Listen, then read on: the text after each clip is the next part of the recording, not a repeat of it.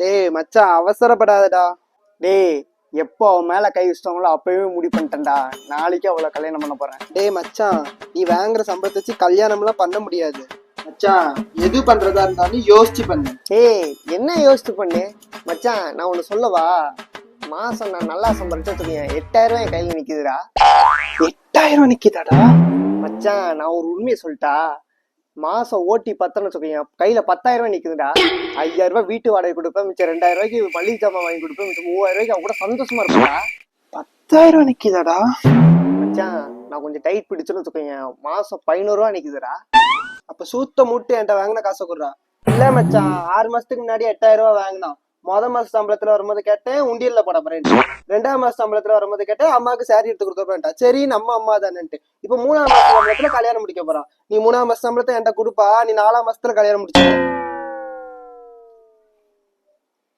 சரி மச்சான், எந்த கடையில ட்ரெஸ் எடுக்க போற? ஏய் போடா வா மச்சான். 10,000 ரூபாய் வச்சுட்டு கவிதாவை கல்யாணம் முடிக்க மாட்டான். ஊருக்குள்ள ஒரே கதையா விட்டு. அசையாத மரம் ஒன்று உய்ந்தது கீழே.